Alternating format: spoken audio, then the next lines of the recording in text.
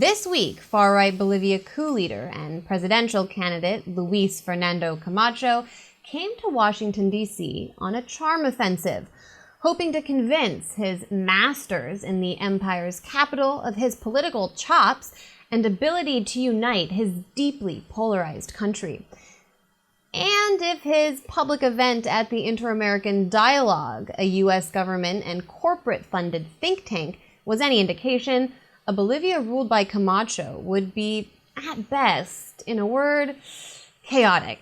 I myself and my colleague, Max Blumenthal, attended the gathering, billed as a conversation between Camacho and the Dialogue's president, Michael Shifter, a man who previously led the National Endowment for Democracy's Latin America and Caribbean division.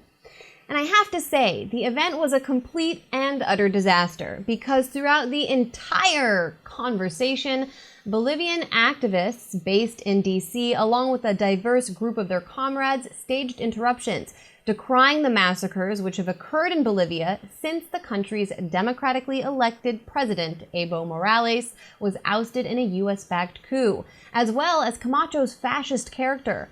Watch how the Dialogue staff violently suppressed Code Pink founder Medea Benjamin's protest and how quickly the room descended into disorder.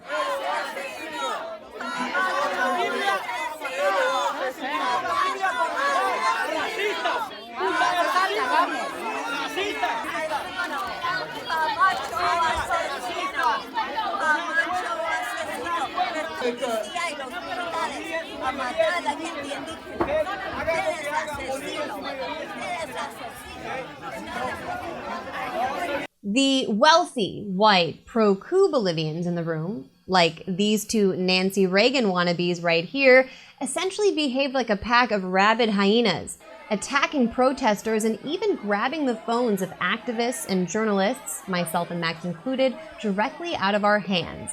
They threatened to charge us with assault for merely providing coverage of the failed event, and asserted that we were all paid to be there, though who exactly was supposedly paying us was unclear. In fact, when I asked Camacho himself why so many people in the room were against him, he made the same claim. ¿Por qué tantas personas están Porque les pagan. Es parte de la democracia. Really? Es parte de la democracia. Don't touch my phone. Yeah, well, I can safely say that no one paid me, Max, or any of the activists I knew in the room to be there. The same cannot be said for many of the people who attended the meeting.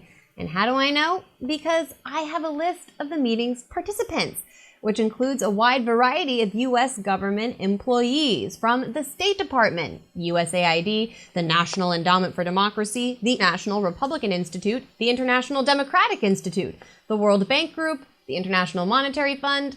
You get the picture. Yeah, it turns out the paid government shills were all on Camacho's side, and they're sucking the poison teat of empire. Good for them.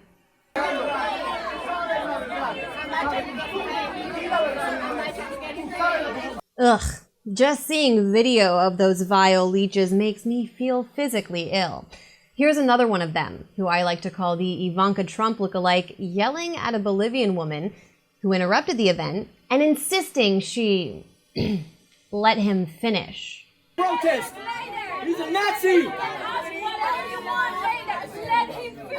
Sepan pues de dónde viene. Let her finish! Let her finish! Let her finish! Let her finish! Let her finish! Sorry, Ivanka, but fascists should never be allowed to finish. Still, the question remains, why were so many Bolivians showing up to protest Camacho? My colleagues, Max Blumenthal and Benjamin Norton, documented Camacho's extremist past in a report at the Grayzone.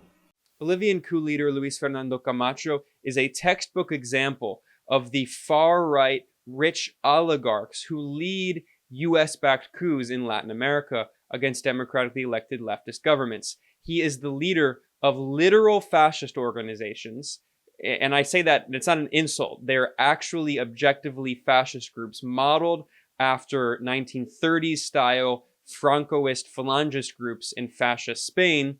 And if you look at the materials, for instance, of the Santa Cruz Youth Union, which is the youth wing of the pro-Santa Cruz Civic Committee led by Camacho. If you look at their social media accounts, as we reported at the Grayzone, you can see these youth marching around Santa Cruz, the richest city in Bolivia, Nazi saluting and doing fascist phalangist-style salutes.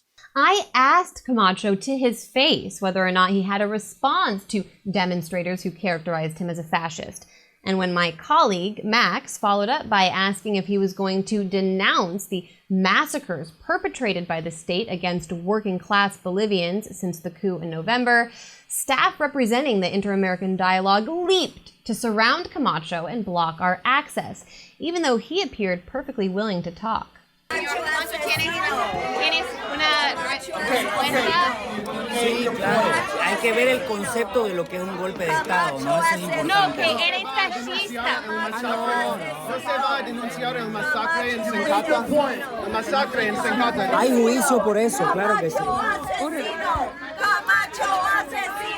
It's really not so shocking that masses of people showed up at the InterAmerican Dialogue to make sure the think tank's conversation with Camacho included those who say no pasaron. Fascists are not welcome. And if the US does place this man in charge of Bolivia, it will be met with resistance from La Paz all the way to Washington, D.C.